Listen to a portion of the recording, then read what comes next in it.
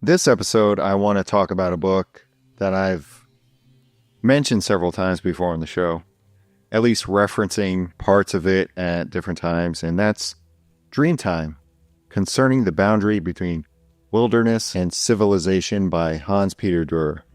This is kind of a difficult book to piece together, as it's a work of anthropology that makes so many different references and draws so many different ideas together that it can start to get muddled. Like, the content itself isn't too difficult to understand, but organizing it into a more coherent narrative for a podcast, for example, was something that I had to, piece together as far as finding the various themes of the book. The text itself is only like 130 pages, but he has well over 200 pages of footnotes, almost up to 3, I think. So again, a lot of different topics and sources. In the book, Duerr explores the concept of, quote, dreamtime as a perspective where an event transcends time and becomes timeless. This is also, dreamtime is the shamanistic state of, or the sacred time of the Aboriginal, some Aboriginal tribes in Australia. Dreamtime represents a realm where boundaries dissolve, including those between civilization and wilderness. One of the arguments the book is making is that to truly understand ourselves as beings within a culture, as humans in a culture, we need to acknowledge and experience our connection to our wild or animal nature. And Duerr suggests that archaic cultures, or let's just call primitive cultures, have a better understanding of this concept than modern societies do. They recognize that true awareness of ourselves, true integration of all of our states of being comes from confronting what we are and learning what we're not. They understand that living consciously within the boundaries of culture, individuals, we sometimes have to venture into the wilderness, metaphorically or in some psychological state, become savages or an animal like a wolf to experience our primal instincts. He employs the analogy of a fence separating civilization from the wilderness. This fence represents that boundary, also of reality as defined by culture. In the modern world, it's a boundary that's defined by science. It's less of the physical boundary as it was in the past between civilization and wilderness. Now it's more of a boundary between the mind and what is acceptable, what experiences are real, are treated as such, and a psychedelic state versus hard science. And there are some scientists that maybe they acknowledge that there is something beyond the fence, that separation, the blurring of the lines between hard science and speculation or something that's more woo-woo. They also have a fear of crossing over to that, and they don't recognize it as being true. Now, in the book, he argues that this boundary isn't fixed. It's fluid, it's permeable, particularly in periods, what he calls between the times. And these can be like holidays or celebrations or festivals or something like that. And between the times is when societal norms are temporarily suspended, again, like a festival.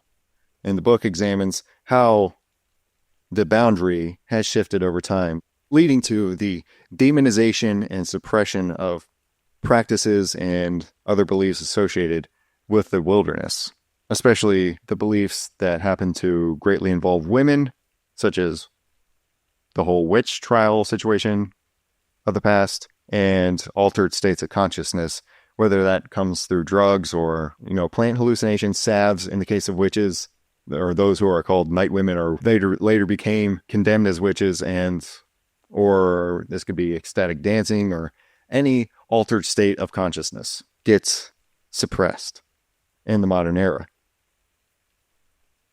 Now, Duerr, he argues that, we shouldn't try to conquer or control the wilderness by constantly expanding the fence out into the wilderness. Instead, we should, at times, embrace our wild side, at least, so that we gain a deeper understanding of ourselves as both a domesticated being and a wild our wild being, our wild side.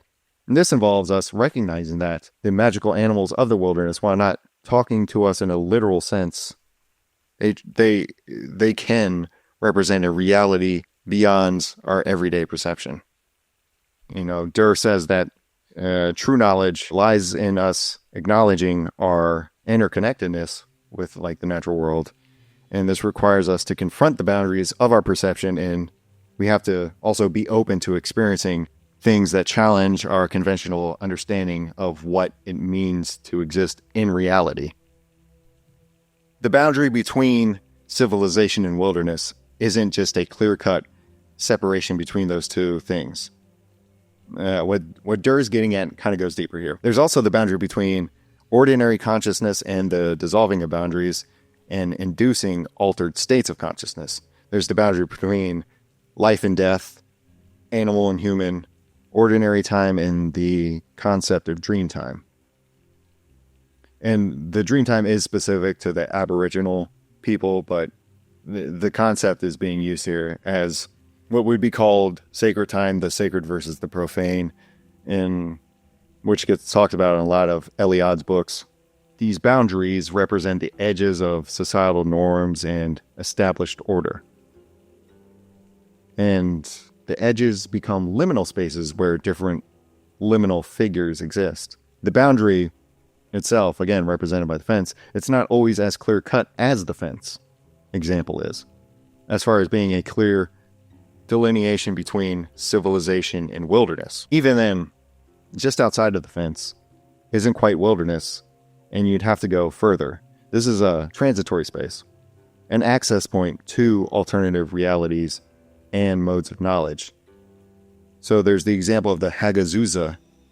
It's the main liminal figure that Duerr puts forth in his book, as she is the one who's sitting on the fence with one foot on each side of the fence, one in wilderness and one in civilization. And the word Hagazusa itself is thought to derive from Old High German, with Haga meaning enclosure or fence, and Zusa is possibly related to woman or witch, which could imply a woman living on the outskirts of society, perhaps in isolation or in close association with the wilderness. She's a figure that is able to venture between these worlds, but isn't fully a part of either one of them. Diana and Artemis are also such figures that are used in the book to help represent the closing of these permeable boundaries between worlds or experiences. And they're the goddesses of wilderness, representing the untamed forces of nature, rather than something such as a cultivated crop. So it's not just plants, it's untamed wilderness, it's the growing trees, it's the dead, the fallen tree branches, all that shit. Everything growing out there. They're associated also with people who live outside of societal norms, outlaws, strangers, and their worship involves often ecstatic rituals and the transgression of gender boundaries, which further emphasizes the liminal nature. And Diana gradually became demonized as a figure instead of earlier times representing a powerful goddess within culture. Her transformation is symbolic in a lot of ways as a movement away from wilderness towards something that is more controlled and more comfortably within the bounds of the fence of civilization. Quote, apparently, in the late Middle Ages, the term Diana was especially chosen in the Latin text to designate all sorts of demons. Generally, however, the term indicated white women, good fairies, and such like, and the related word bilewit, which means well-meaning. So there's a concerted effort over the centuries to gradually push Diana as a figure to revile or fear. Her association with witchcraft exemplifies the demonization of liminal figures as societies start to attempt to solidify and enforce their boundaries. Especially once we start getting into the Middle Ages, late Middle Ages, into the Renaissance. Diana's connection to midwives and childbirth further underscores her role as a figure operating at the edges of life and death, culture, and nature. Actually, Aphrodite also has a liminal quality between civilization and wilderness. This is involving sex, where she ties together the more formalized lovemaking versus the raw biological imperative of sex. Like, think of a courtesan or Kama Sutra or Art of Love sorts of books. There's a real depth and formalization to it. And he really doesn't talk about Aphrodite. I get that example really comes from the book The Meaning of Aphrodite, which goes on a lot of the liminality of Aphrodite in her preliminaries and like Venus following her as liminal figures. And I'll connect a lot of these ideas with others that I'm going to present in order to try to bring together the entirety of the argument in the book Dreamtime. I do want to stick on this topic of liminality, whether it's liminal space or the figures which inhabit these spaces, and I'll try to break this up, and because it's gonna go long here. We're going long with this, so I'll try to, break it up into different pieces and have defined breaks, more defined than the boundary between wilderness and civilization. I did find it interesting that Duerr mentions caves quite a bit in this book, caves being one such liminal space, that they also represent the womb of the Earth Mother and as an entrance to the underworld. I did an older episode, probably episode 1 or 2, where I talked about the Temple of Diana at Erisea, where the new priest was chosen by having him have to sneak into the forest where the temple was situated and kill the old priest in order to become the new priest. And one of the things he had to do after defeating the old priest in combat was to lay his corpse into a cave, which again is a transition point or entrance into the underworld. Beyond that, in Dreamtime, Duerr is also mentioning caves in reference to the Nereids of Greek mythology. And he says, quote, "To this day, Nereids are said to dwell in the large cave on the slopes of Mount Chamares in southern Crete. They sometimes dance in the moonlight in front of the cave." He doesn't really go into any more depth around the Nereids in the book, outside of a footnote about them. But I do want to talk a bit about them as liminal figures who inhabit these sorts of in-between spaces, and sometimes in between or outside of time itself, a crossover from one mode to another. And for this, I'm going to have to be pulling from another book called Divine Escorts by Judith Beringer. In Greek myth, and as portrayed in the art form from about the 6th century to 2nd centuries BC, the Nereids were helpful and friendly nymphs who are associated with the sea. Now, the sea and the crossing of it are associated in Greek mythology with death and the transition to afterlife. One of the Nereids' function is to transition people across the sea, or a lot of the time it's a figure like Achilles who is going to the Isle of the Blessed. Actually, Achilles' mother is Thetis, who is the most well-known of the Nereids. So there is plenty of art depicting Nereids bringing Achilles' armor in a representation of the Iliad. They are often depicted as riding on dolphins and other sea creatures which serve as their transport between the realms or between or over the sea. And Beringer also raises the possibility that Nereid's presence in wrestling scenes involving Hercules has to do with his own apotheosis after completing his labors. Quote, "They may serve as witnesses to the event that marks Heracles' passage from life to a divine afterlife." They're not just escorts between life and death. It's also an involvement in becoming an immortal or a divine figure, or in some cases, the transition into rebirth. Nereids aren't only liminal figures between the boundary of life and death, though. They also are escorts in the transitional period from maidenhood to becoming a married woman. So they're present in that. Nereids are often symbols for protection of travelers. This can be literal travels or metaphorical ones. In the Divine Escorts book, the author also asked the question as to whether or not they were somehow involved in the Dionysian mysteries. A transition, a dissolving boundaries, venturing outside of ordinary time, and the mysteries are also brought up in Duerr's book. But we're not really going to get into that part, because there's not much there.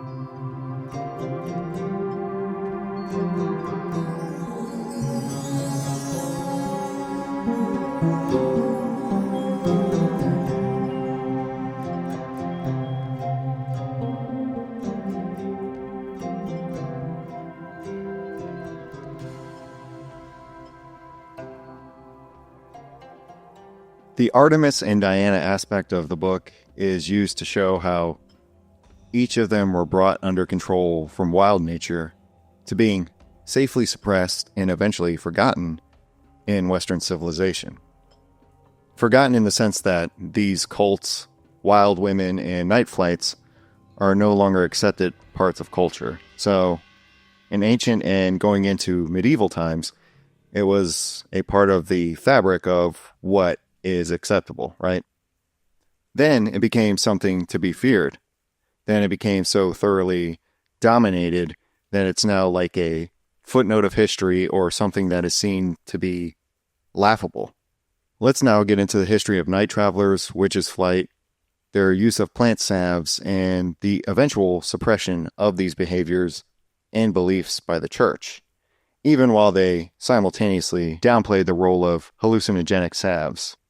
The association of wild women and sensual pleasure with Artemis/Diana is pretty apparent, and Duerr writes, quote, "The Celtic Dianas were often accompanied by a rabbit, which was to become one of the most important animals associated with witches. Later we encounter the rabbit at the feet of Mary, who demonstrates her victory of sensual pleasures." The closing off of various rituals and the downplaying or halting the use of hallucinogenic plants further separated people from the exploration of their wild side. The wilderness within, which Duerr will argue hinders our ability to be a fully integrated human being and have an understanding of what we are and how we fit within the world.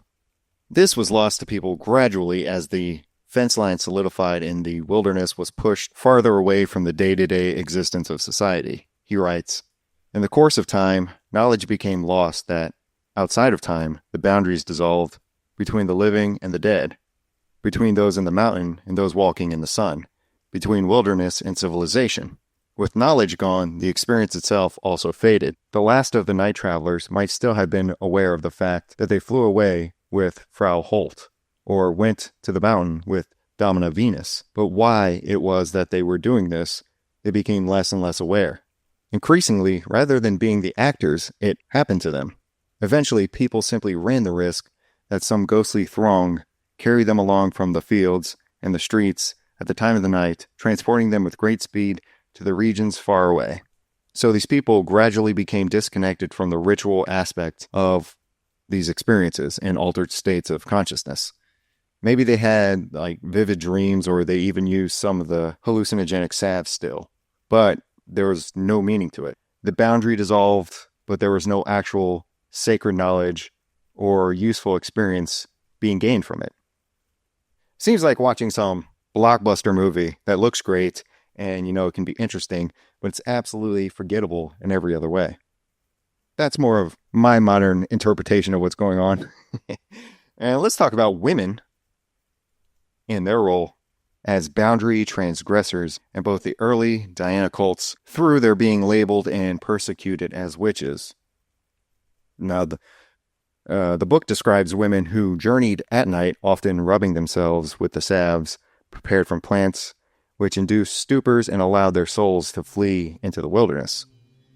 He suggests in the book that the salve could have come in contact with vaginal mucosa by rubbing themselves on a broomstick.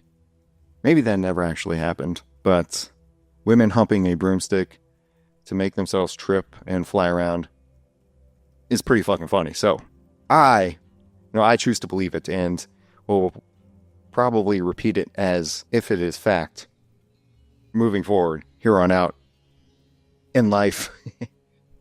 Now, of course, it isn't always a literal journey into the wilderness, especially in later times.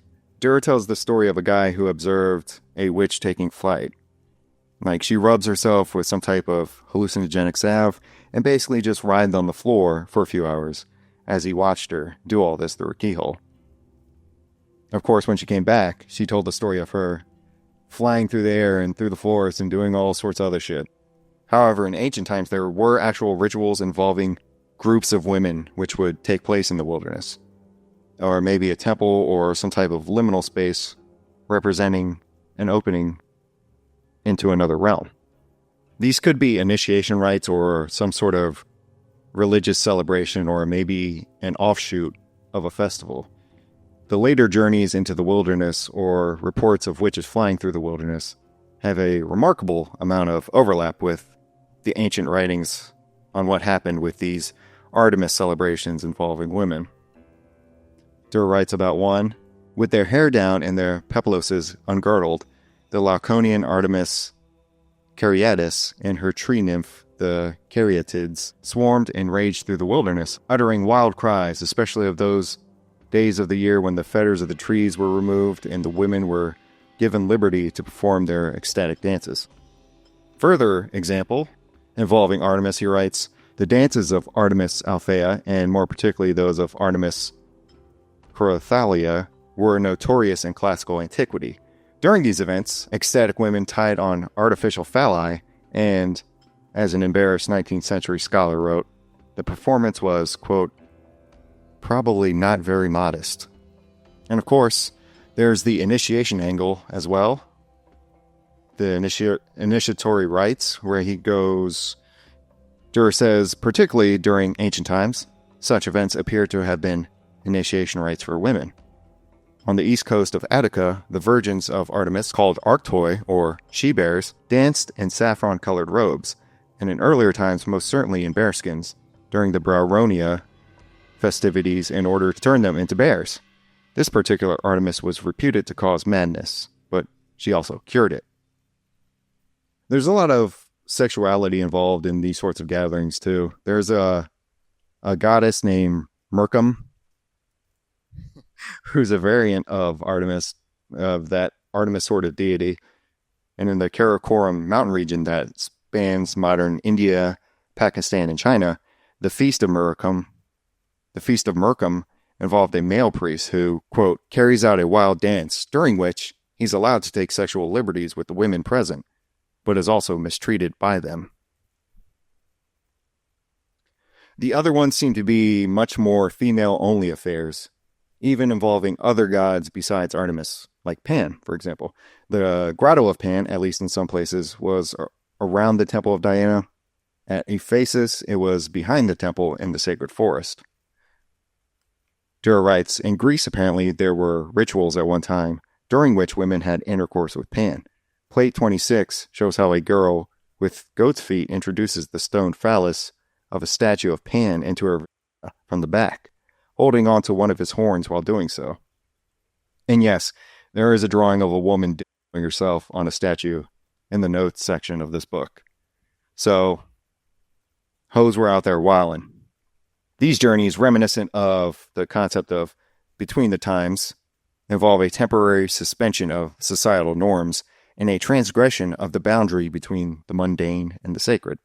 They often feature interactions with supernatural beings. One such tale Duerr tells is a North German legend tells of a midwife who was fetched into the mountain by white women.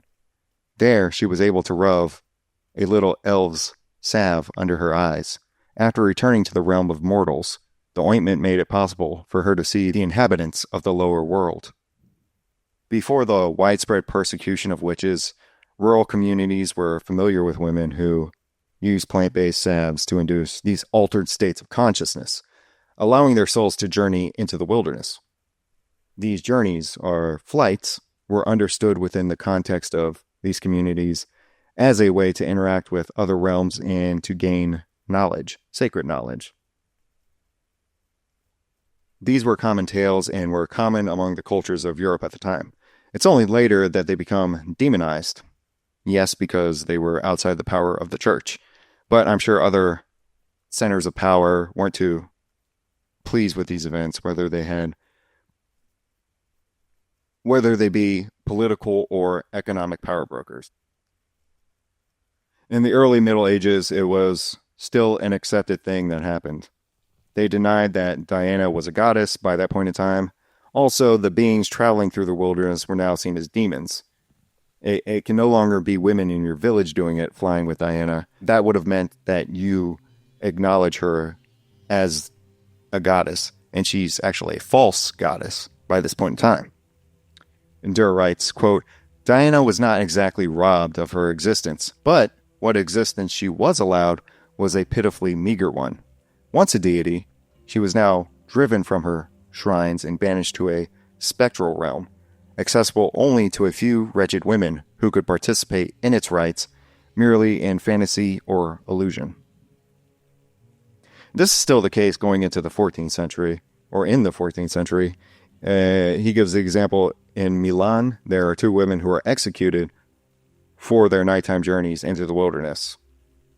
The sorceresses out there rampaging at night with Diana, multiple times per week. And Duerr notes that their accounts were entirely believed, and they weren't just discounted as figments of their imaginations. Interestingly, though, the sources used in Dreamtime reveal that the use of mind-altering plants by those accused of witchcraft was often downplayed or ignored by the Inquisition.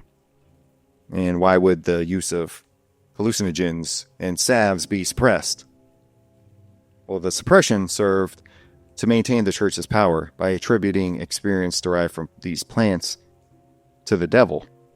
And, rather than acknowledging the potential of these plants to alter perception and access different realms of reality. You blame it on the devil. And Duerr gives the example of the peyote cult in New Spain. So these are the natives in the churches denying the plant's ability to induce visions among them. And he writes, quote, "The plant, they said, did not have the power to bring about those phantasms, which obviously led the Indians astray. Such action could only be the word of the father of lies." It's easier to blame a witch's flight experience on the devil. If a plant is brought into the picture as the culprit, people begin to have ideas of their own. A plant bringing on a hallucinogenic experience is much more benign than having the experience as a result of some kind of demonic possession. This shift is basically the demonization of pagan practices by the church. As Christianity gained influence, the idea of women flying with pagan goddesses was no longer to be tolerated, and these experiences were reinterpreted as demonic acts. The witch's flight, whether induced by plants or by other means, represented a crossing of boundary between ordinary reality of civilization and the other reality of the wilderness. Duerr introduces the term Parthenos into his discussion, and the original meaning of Parthenos is an epithet for goddesses like Artemis. It denoted a woman who was free and independent, not subject to any male authority. This independent nature is a crucial aspect of Diana and Artemis's character, and it's reflecting her association with the wilderness, a realm free from the constraints of civilization. However, even the meaning of Parthenos began to shift over time, and began to align more with the modern conception of virgin, making a significant change in the perception of female power and autonomy. The witches represented by the Hagazusa on the fence were once seen as having a foot in both worlds, right? If you remember the Hagazusa from earlier, and in a sense, she's a semi-demonic character until the point where she's fully pushed over the fence as a representation of evil, something that would only creep into civilization at night, having been fully expelled from culture. Wrapping up this section, let me go ahead and quote Duerr once again. He says, "Artemis Diana, once the wild mother of vegetation, was the goddess of out there. This lioness of women was tamed by the Indo-Europeans in an entirely different manner. She was rendered chaste and frigid. She was made into a virgin."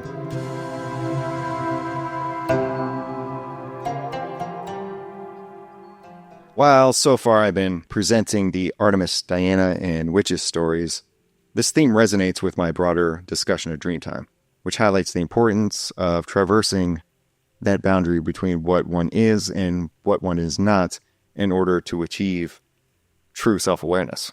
It's not just a repression of paganism by the church, not just a power play of religion, but also a further enclosure of acceptable behavior and experience. Remember, we're not just talking about a physical boundary of civilization by a fence sitting in between it and the wilderness. Life and death, animal and human, dreamtime and ordinary time, each of these is undergoing an enclosure, a complete and separate distinction of exploration of what it means to be a human versus what you're now allowed to think of yourself as. These witches' flights were not merely physical acts, but also represented a shift in consciousness and perception. It's a variant of the shamanic flight, which I discussed at length in my episode that includes a intro to shamanism. So if you want a full breakdown of that, go listen to that earlier episode. I don't remember which one it is. Also, still keep in mind if you listen to that episode, that the witches and shamans are not the same thing. They don't exist in the same societies at the same time from an anthropological classification standpoint. And that's all laid out in that other episode. There is more of the shamanic talk in this book, which I will get into. The earlier chapters here really go into a lot on this Artemis and Diana stuff. We're doing a deep dive here, but it's easy to lose these common threads of Duerr's work. I've already talked somewhat about Between the Times or the time between the times earlier, and as a refresher, this book characterizes Between the Times rituals as periods where normal societal rules are suspended and individuals engage in behaviors typically considered taboo or chaotic. These rituals often occur during transitional periods, such as holidays or the changing of seasons, representing a time when order and chaos merge, and boundaries between the human and natural world dissolve. Again, while there was a suppression in society of the wild side of humans and sensuality, it wasn't fully stamped out in all places. In fact, the sensual could reemerge at times, only to be stamped out again later. Much in the same way the labor market was improved after the Black Death, wages rose and whatnot. There was more mobility for workers. There was also a temporary loosening of the constraints on sexuality, nudity, and the like.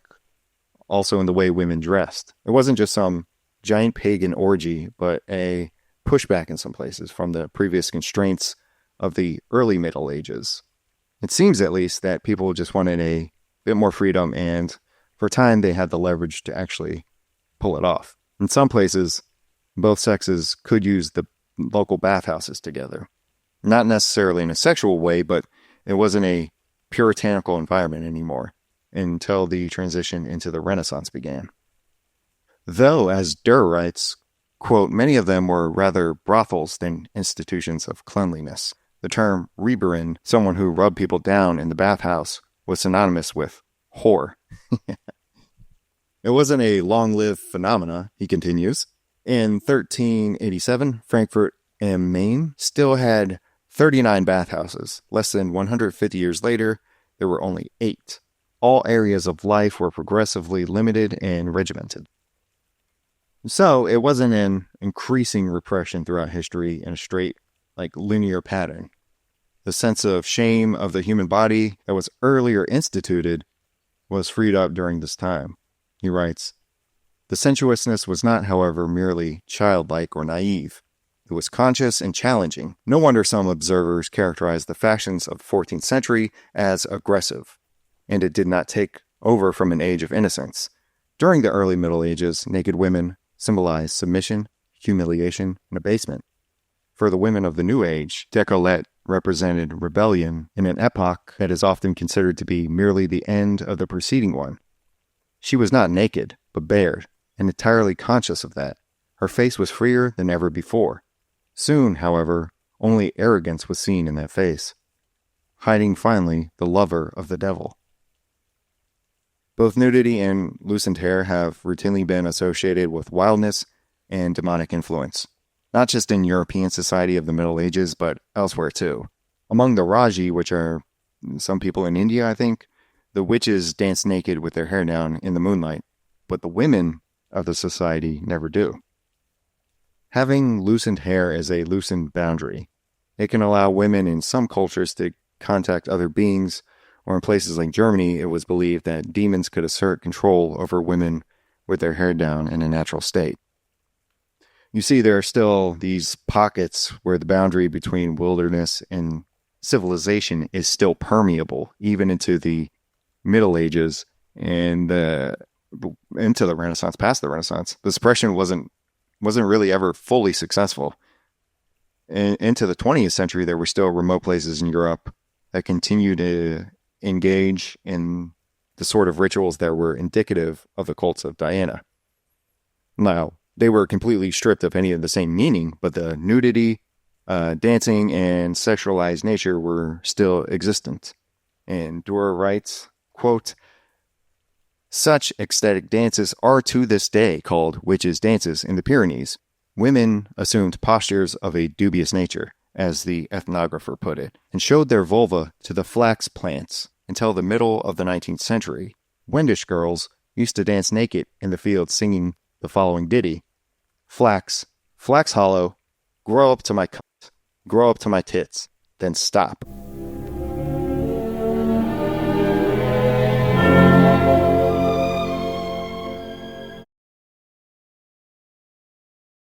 Here in part 2 of my Dreamtime book presentation, I'm going to take a deeper look into this work by Hans Peter Duerr and try to tie it all together with some other things that I've read along the way. Okay. Now, I do want to start with the Between the Times because it's interesting, not only as a concept, but because Duerr, he finds like so many crazy examples from all of these different cultures in the book. Society needs a release valve, and as I was just talking about, you can't really stamp out the exploration of the wild side of nature. As such, there needs to be rituals of some type, and where the boundaries can be permeable for a time period, at least for a while, before solidifying back into the usual lifestyle. One prominent characteristic of all of these rituals is the reversal of societal roles. For example, during certain midwife festivals in Europe, women would engage in behaviors that defy typical gender expressions, or as I would put it, hoes be wildin'. This can include getting freaky in public and temporary dominance over men. Duerr writes in the book that, quote, even today, women behave in a rather lively way during feasts involving delivery and midwives. In Macedonia, during the night of January 7th, throngs of women roam the streets while men go into hiding. Should the women catch a man, they may strip him, or, at the very least, he has to buy his freedom. This is one of the modern examples of what Duerr presents, but some of the practices still stretch back to or in some way descendant from the Artemis cults that I was talking about in part 1. He writes, in Bulgaria, until recently, midwife festivals often ended in women making love to each other. Nice. Such celebrations may be related to ancient pagan rituals against which Christian preachers invade as early as the 7th century. They call the rites spercalia, a word derived from the Latin spurcus, swinish, actually meaning sow. The Sporkle women of the Rhineland is a being corresponding to Frau Holl, who, as we know, was identified with Diana. So you see, it stretches back all the way to these early pagan goddesses. Again, so many of these become sexualized dissolution of boundaries. They exist outside of time, as everything is overthrown and people are tapping into an altered state and more animalistic side of being. The in-between times, it reverses roles, disrupts the established order of things, and allows for a temporary exploration of alternative ways of being. Pause. So this is another example, the women of Khaybar. I think this place is in Saudi Arabia. It's spelled with a K when I tried looking it up and confirming what Duerr was talking about. In the book, it starts with a C. Anyway, the women here, after renouncing Islam and rubbing themselves with cow's milk, they flew on palm sticks, fly around like witches, and they start raping men, which again, inversion of gender roles. and for some reason, they also blew into the men's penises before or after raping them, I guess. And that drove men mad and made them go roam the desert, apparently. I don't know what the hell that's supposed to mean. What the story is with that, but that's what he said in the book. But another common feature of Between the Times, the rituals, is the embrace of wildness and animalistic behavior.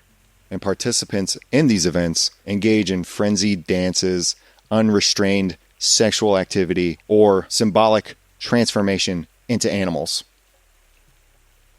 Duerr gives some examples of this. There are people called the Cubeo, and these little guys have an Oine celebration where participants start to consume yahe. Yahe is a hallucinogenic drug of some sort. Terence McKenna talks about this, too.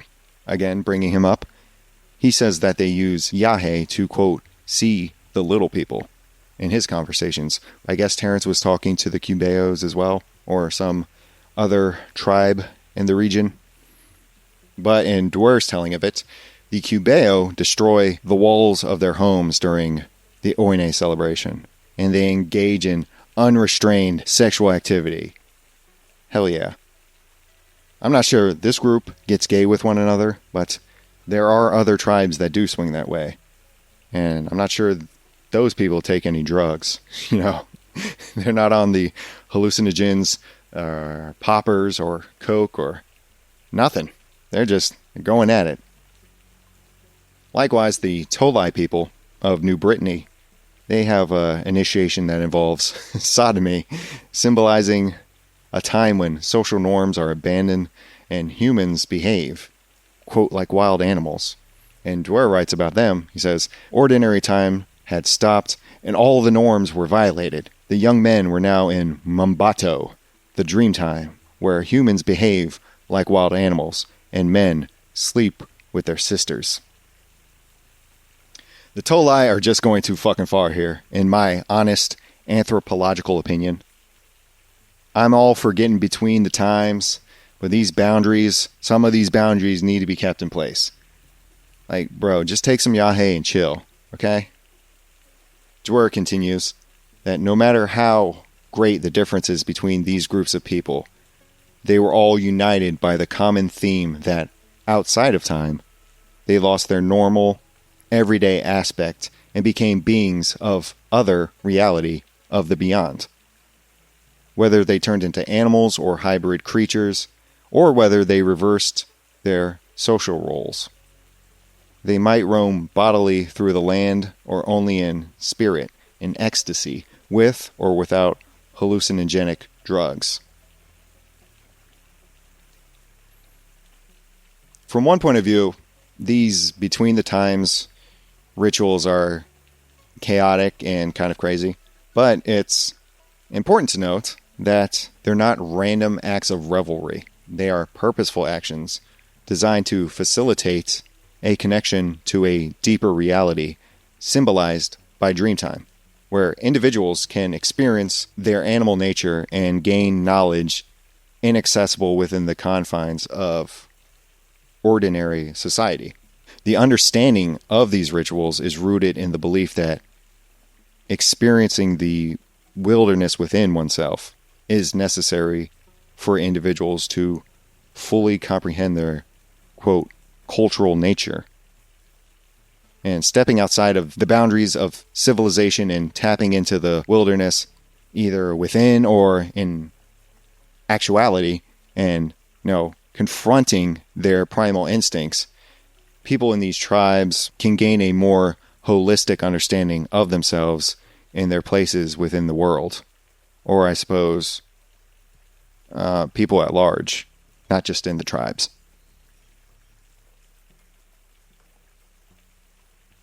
Duerr goes on that Between the Times indicated a crisis in the ordinary course of things. Normality was rescinded, or rather order and chaos ceased to be opposites. In such times of crisis, when nature regenerated itself by dying first, humans died also, and as ghostly beings ranged over the land in order to contribute their share to the rebirth of nature, the aspect of the struggle against the forces of darkness expressed itself with greater or lesser intensity in all of this. One of the points that the book Dreamtime is making is that as societies modernize the understanding and acceptance of between the times and these rituals diminished. Rationality and social control emerging as the main focus led often to demonization or outright suppression of these practices and rituals as they challenged the established order, or the order that was trying to further establish itself. Consequently, the knowledge and experiences associated with these rituals became marginalized, contributing to a growing disconnect between humans and the natural world. It wasn't just with women and them being branded as witches, as a way of controlling the boundaries of what is acceptable practices in society. He also mentions that youths used to come out of the wilderness between Christmas and Twelfth Night as these werewolves and sort of demonic figures. Because of that, they were considered outside of the law. A demon cannot be brought to trial.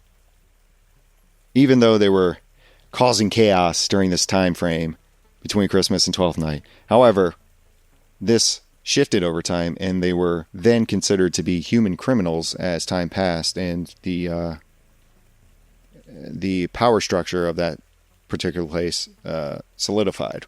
Duerr writes, just as in archaic times, they had been at liberty to censure and punish because, in the truest sense of the word, they were above partisan strife, beyond all cultural bounds. They resembled the fool in this respect, although the latter usually had to pay the price that his truth obliged no one. Now, however, they were threatened with serious punishment. No longer were they considered demons, but rather humans who, moreover, just like the new sect of witches, had been recruited into satanic services. It is a declaration of these people as outlaws. In archaic times, you were considered dead if you were outside of the law.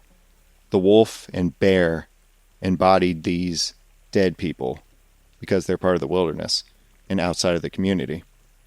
So in order to execute someone, they had to be declared an outlaw. They had to be banished from the community.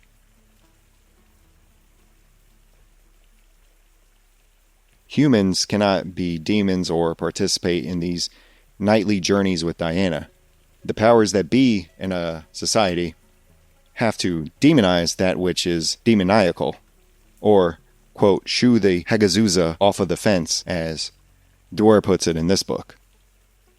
Then, once this behavior had been stripped of its supernatural or wild nature, the energy, it has to be directed into a healthier or more controllable outlet. Since you can't get rid of it entirely, this energy, there is now these temporary dissolving of boundaries in a much different way. So, like festivals and holidays, for example. The concepts of between the times and Dreamtime are quite similar to one another, but they're not exactly the same thing. They are distinct yet interconnected concepts that refer to states or experiences that transcend ordinary reality and involve altered states of consciousness.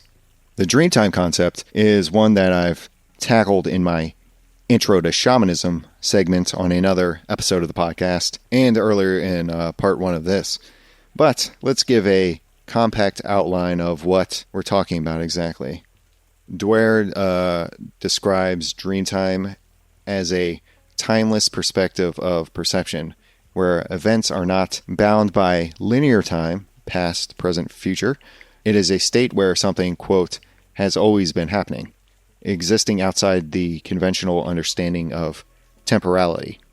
This concept is closely related to the shamanic worldview and the idea of accessing a realm of timeless knowledge and wisdom, often through altered states of consciousness. The dream place, in a similar way, exists outside of conventional spatial understanding, being, quote, everywhere and nowhere.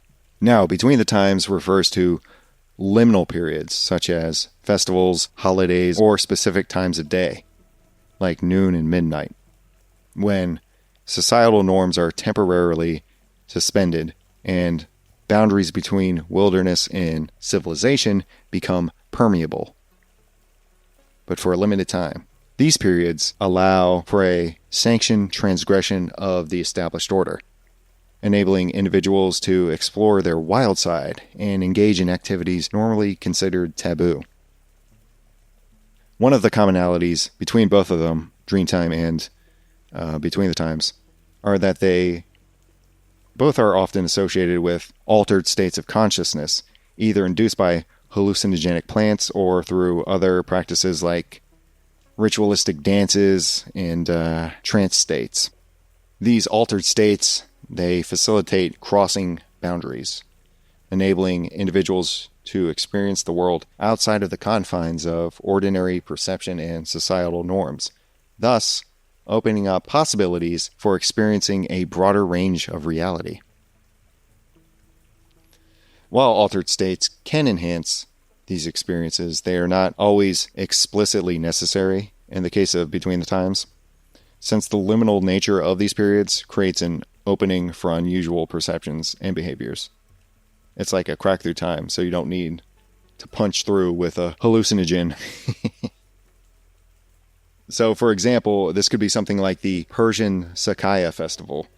A condemned criminal is given the right to temporarily rule. He enjoyed the ruler's privileges and gave orders before he was executed on that day. So he got to smash women in the harem, he got to feast, and do whatever he wanted that day, whatever he liked to do. And then he would be crucified. Like, this is a dramatic inversion, obviously, of the social order during the Between the Times period of the Sakaya festival. So, Between the Times and Dreamtime, both of them have further shared and overlapping functions for societies. They serve to integrate the wild and civilized aspects of human nature.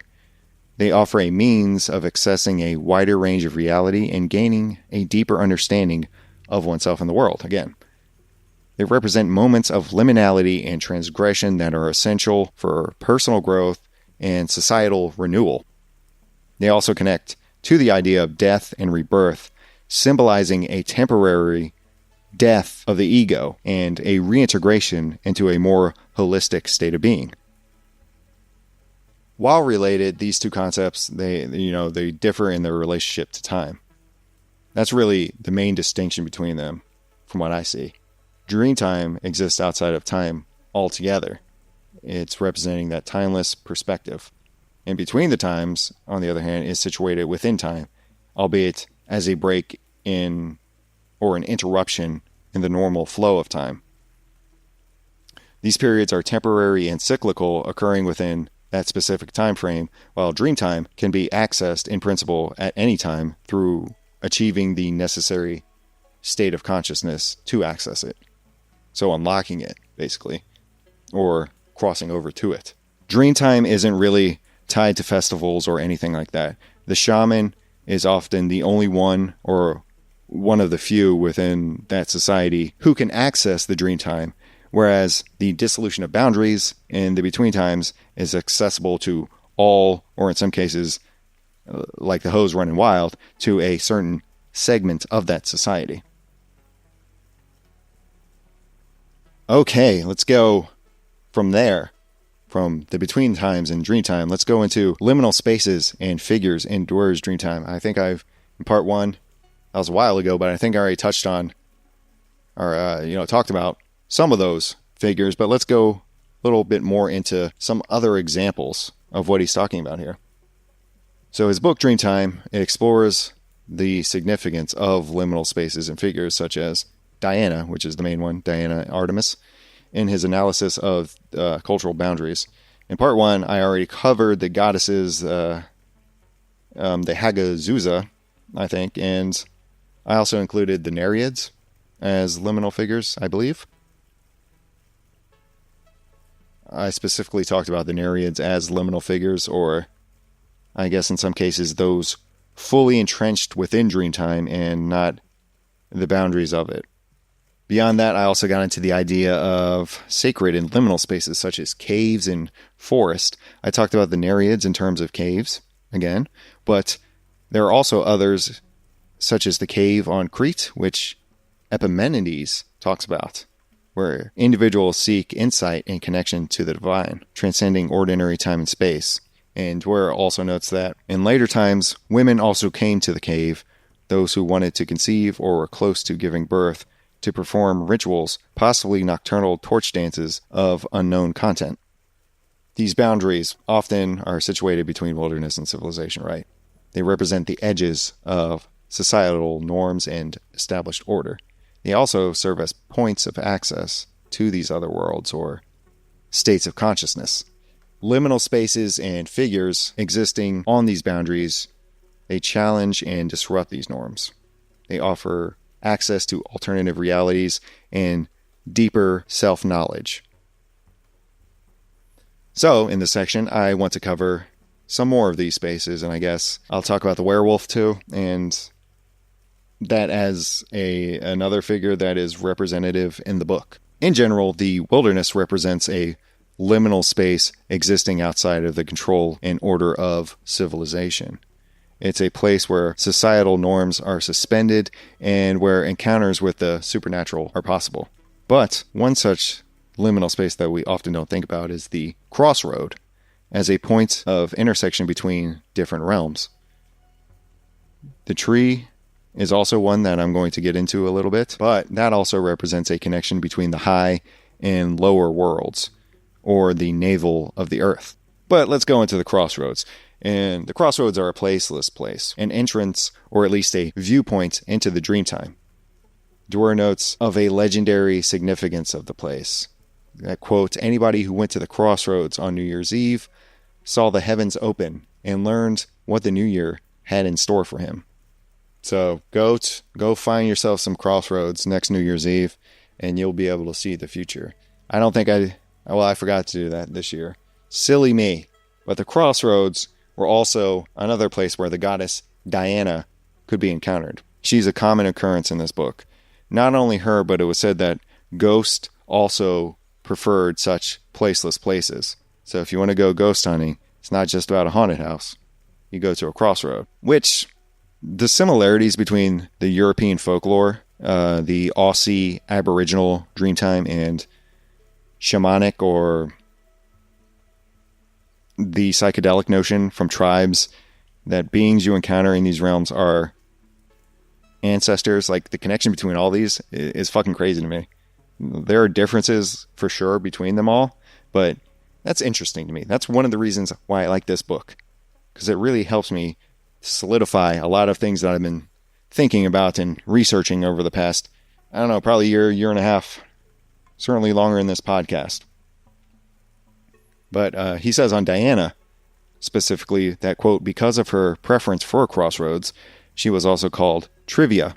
According to Saint Symphoranius, that was where she scattered the poisonous weed of her malice. Now, I don't know how much of this I got from Dreamtime, and I also think I looked some of this up, but the name Trivia, it comes from the Latin trivium, which means three ways or three roads. It referred to places where three roads met, creating a crossroads or an intersection. And Diana Trivia was specifically worshipped at these three-way crossroads, where small shrines or altars would be set up in her honor. She was the goddess who protected travelers, and these crossroads were natural places to venerate her. Travelers would often leave offerings at these shrines for protection on their journeys. This association with crossroads also connected her to her role as a liminal deity who operated at boundaries between wilderness and civilization, between life and death, between the mortal world and the divine realm. The connection between Diana and crossroads also strengthened her association with Hecate, the Greek goddess of witchcraft, magic, and crossroads. I think that's how you say your name, Hecate, with whom Diana was sometimes amalgamated within the later Roman religion.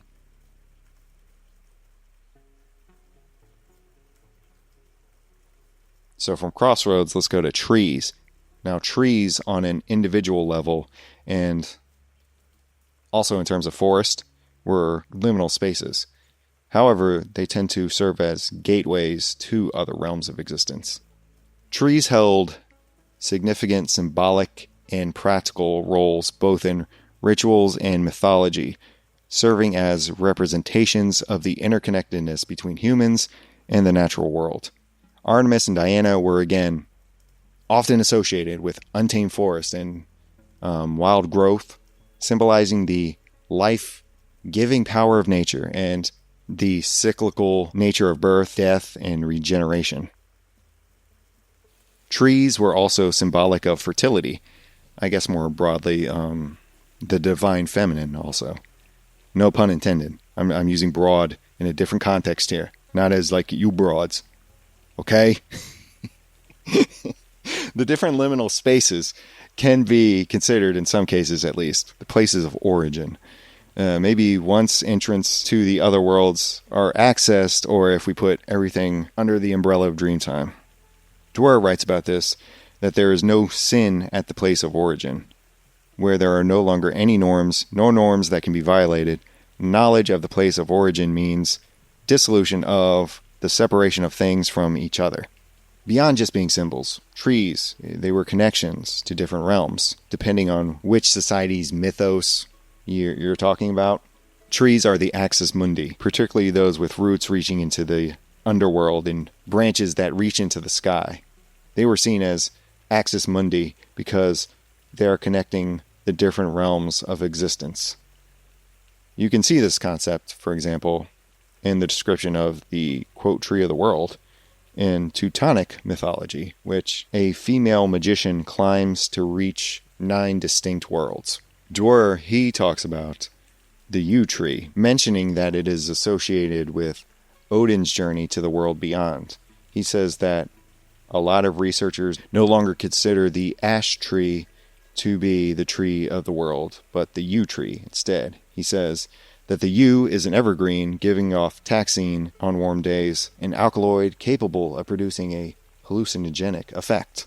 This observation may shed some light on the reports of Plutarch and Dioscorides, who maintained that sleeping in the shadow of a blooming yew could cause death.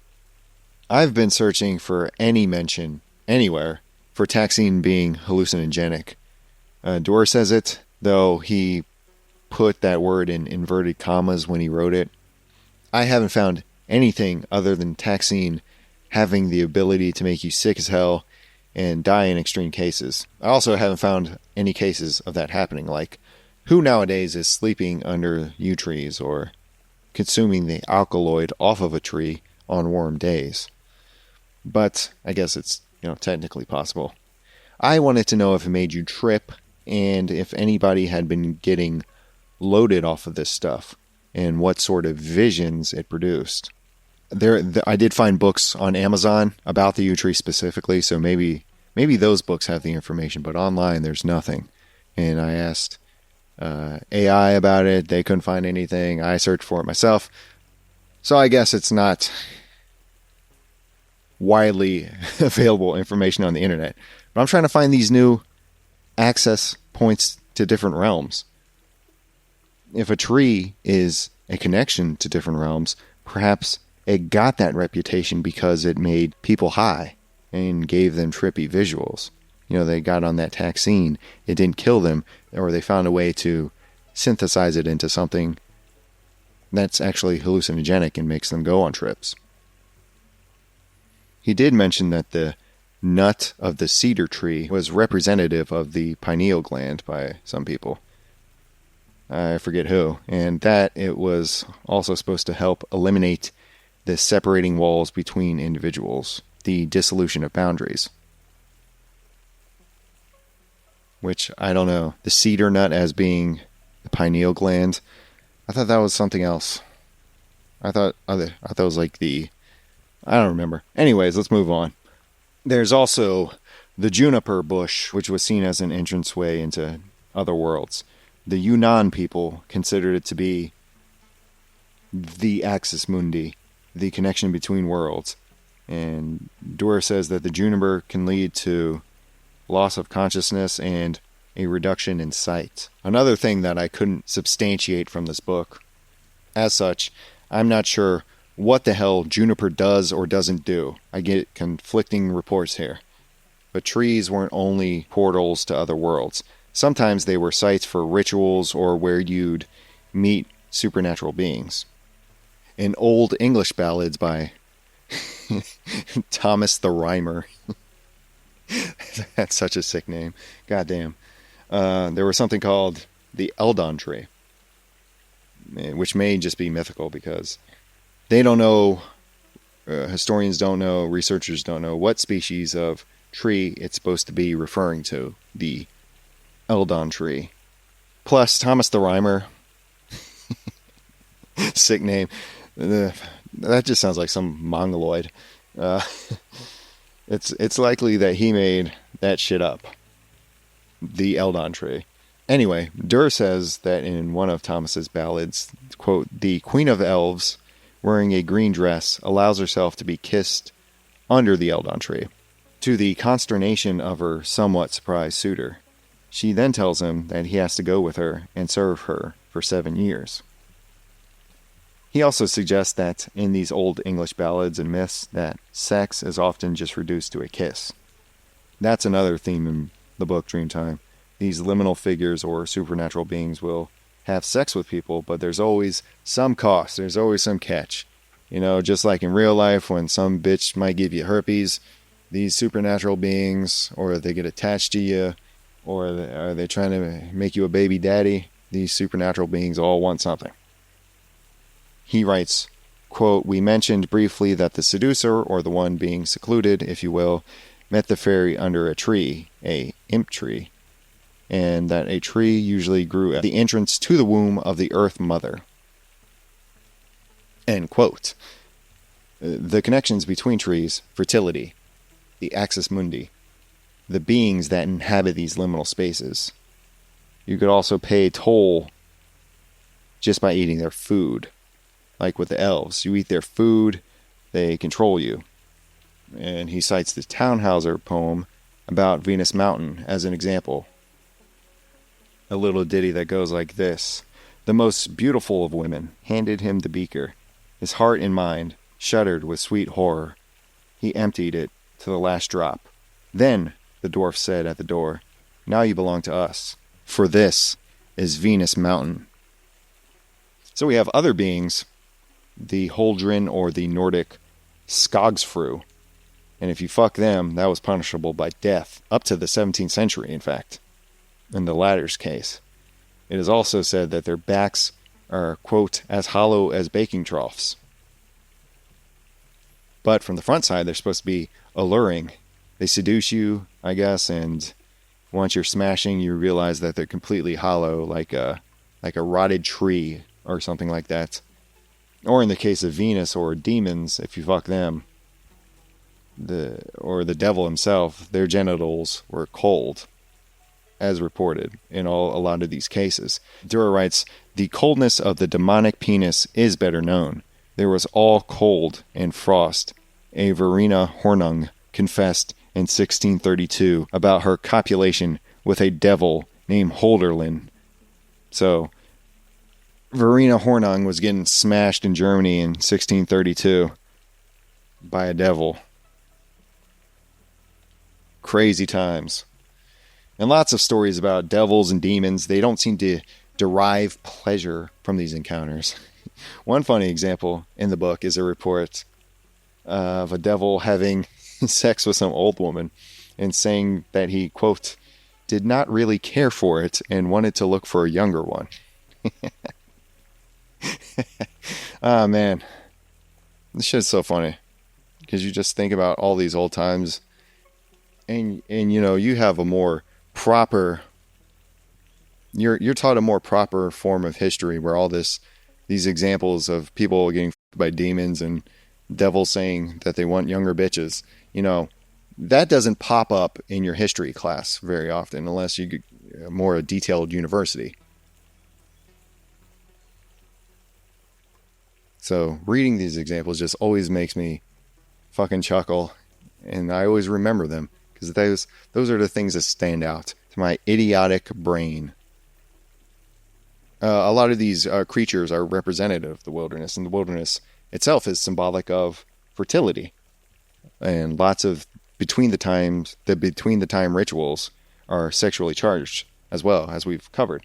So the theme of sexuality is all there, and the solidifying of the boundaries between wilderness and civilization is also a closing off of sexual expression, or having a tighter control over what is acceptable, just like with hallucinogens and rituals. Female sexuality in particular was alluring yet dangerous. It's a source of power, which is part of the reason for its suppression, at least in terms of this book and its viewpoints. He says, quote, Lilith, one of the founding mothers of modern feminism, and also one of the original images of the medieval succubi, was chased into wilderness mainly for two reasons. Not only did she want to lie on top of Adam during intercourse, but she was also ready for the ideology to justify this choice. She maintained that since they were both created from dust, it stood to reason that they were also equal.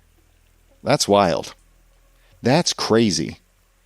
So I like women riding me. What? So she's demonic for liking to be on top. Damn. Who doesn't like a broad bouncing up and down on you?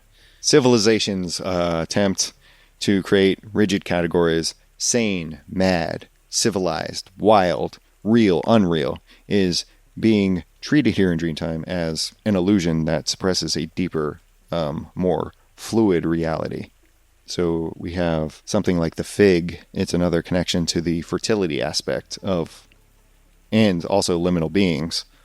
Satyrs were known for chasing women as a liminal being, as a mythological being, say. They would sleep under the fig tree, and the fruit was said to arouse voluptuous feelings.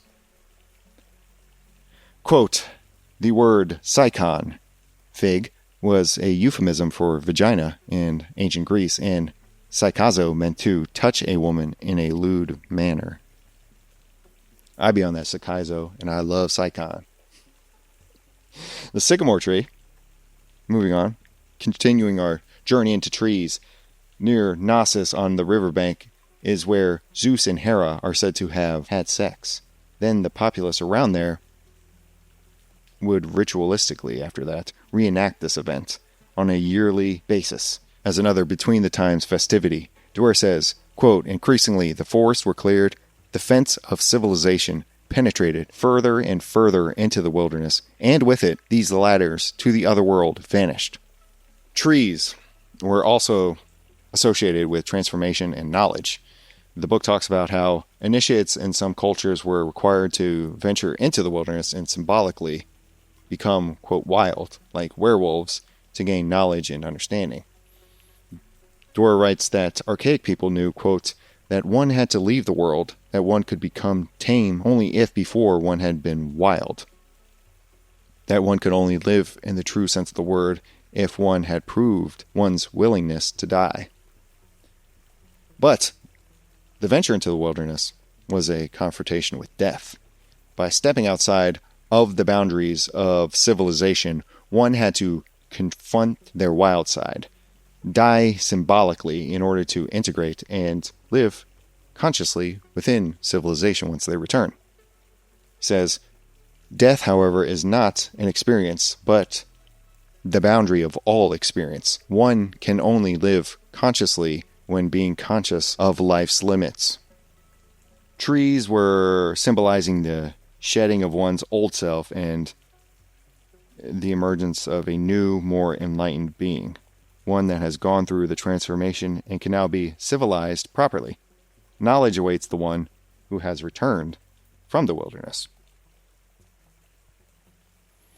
If I use another source here, the Routledge Companion of Ecstatic Experience in the Ancient World, it becomes clear that trees aren't just symbolic. They played a significant role in ancient ecstatic experiences, particularly in religious and ritual contexts.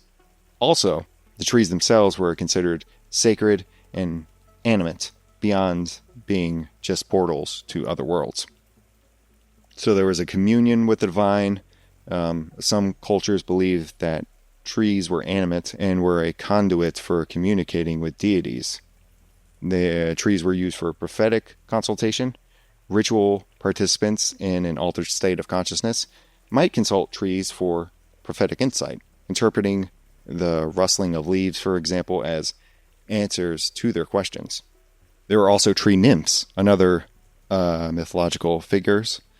In ancient Greece, tree nymphs were semi-immortal beings associated with specific types of trees and were linked to prophecy and divination. There were sacred groves.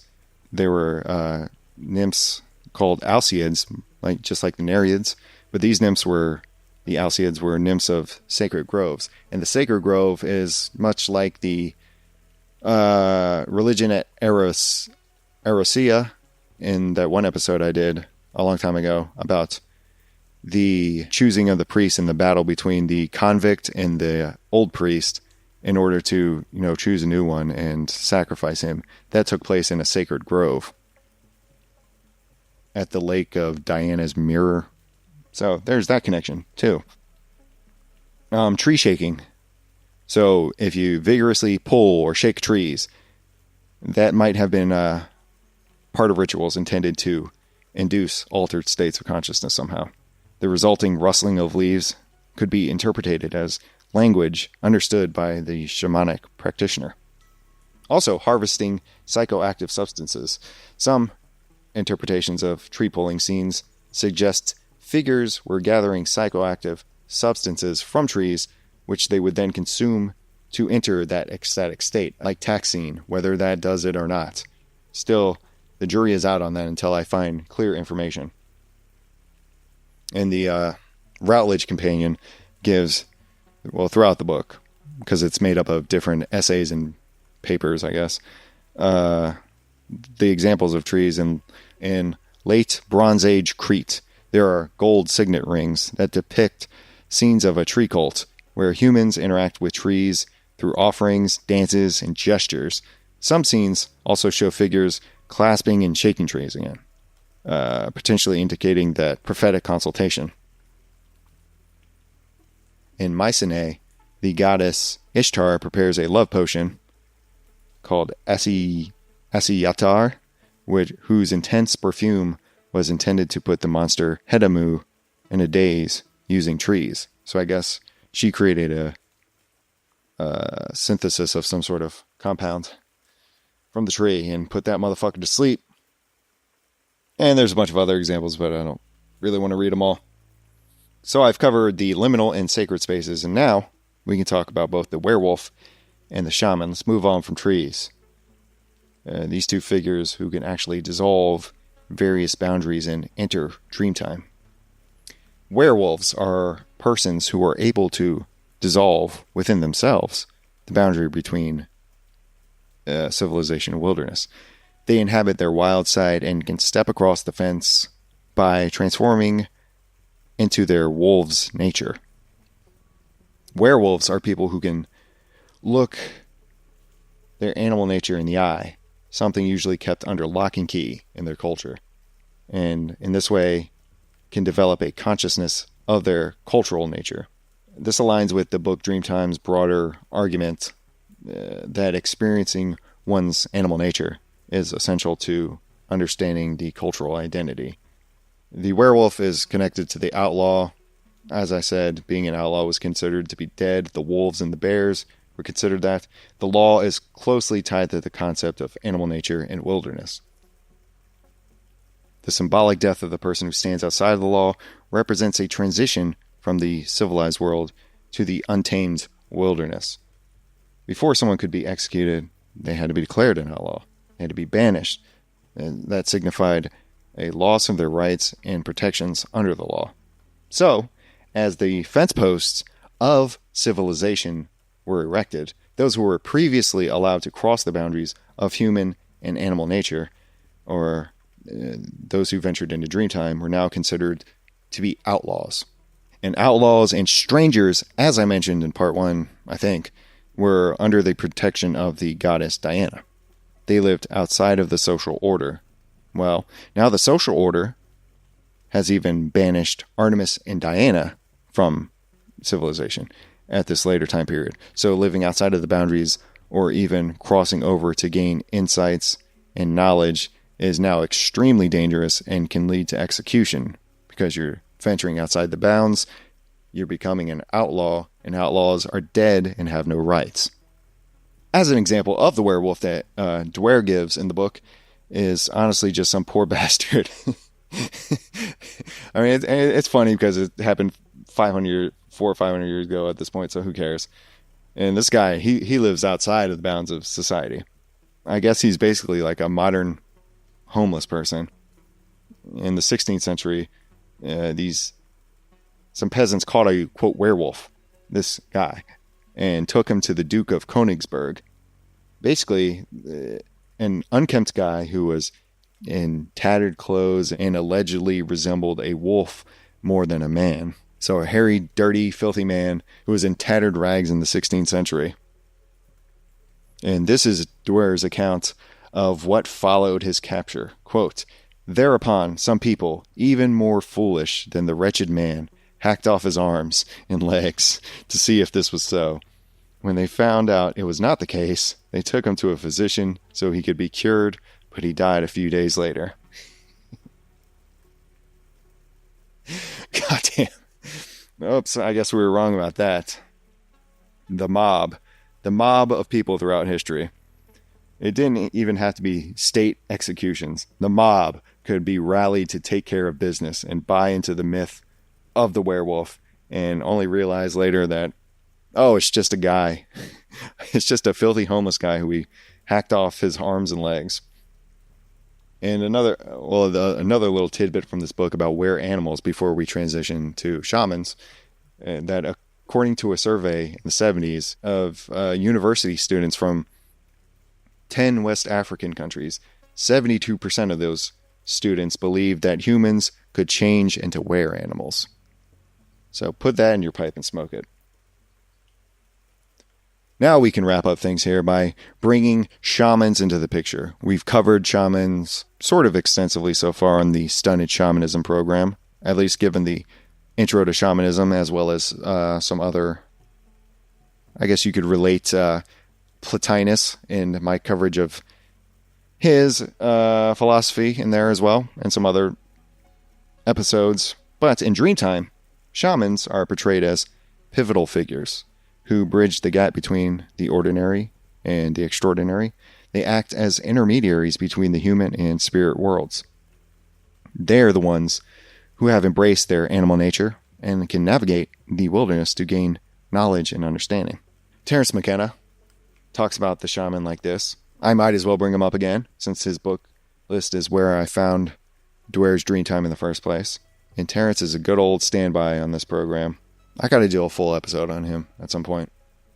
After the Howard Hughes one, I think. Or sometime later. Anyway, his quote.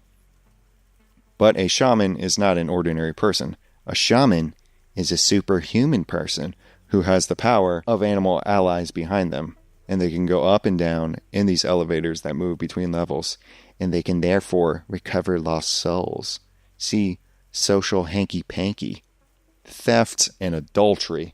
See the causes behind that. See the causes behind disease, so forth and so on." He also talks about the shaman being an alienated figure who is not like the others.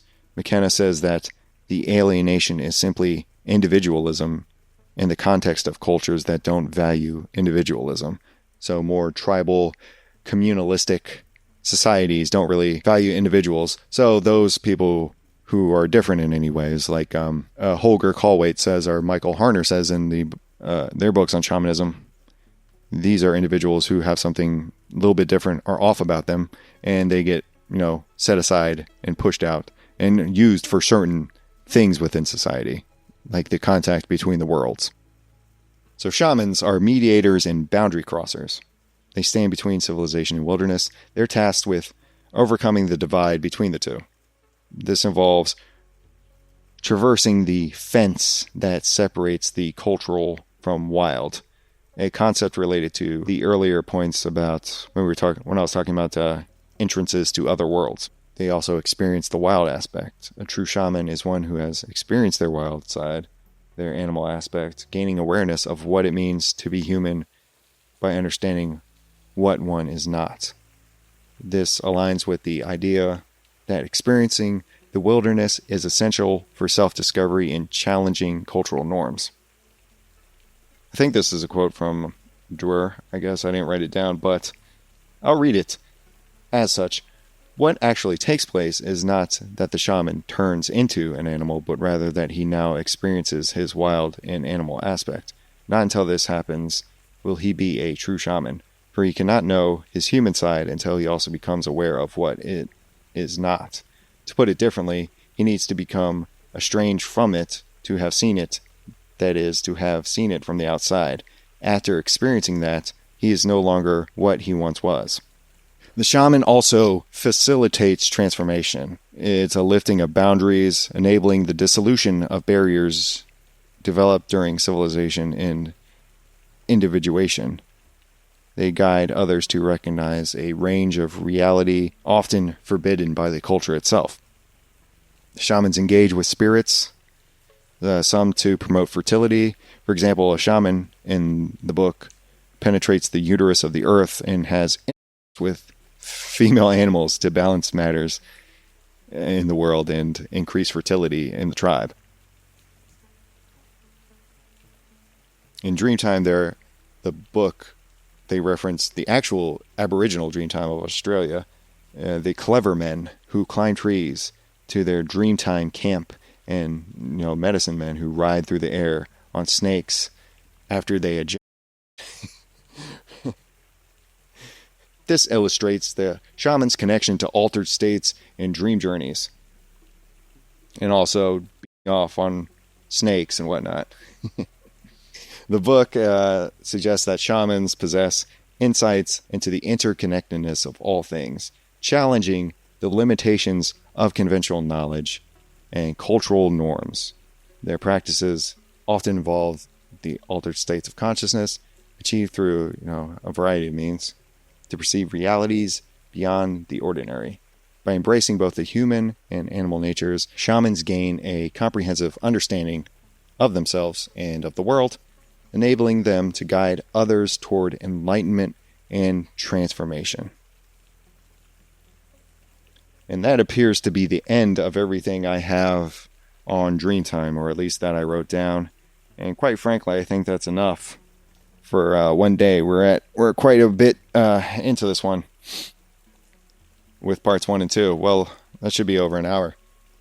I hope you enjoyed the reading of this and or my thoughts on it, or my presentation. And I think we'll find some other aspects of shamanism or altered states of consciousness, probably dreaming and a lot of drug use, or not my personal drug use, but drug use in general as altered states of consciousness and contacting other realms and whatnot, and in the transgression of boundaries.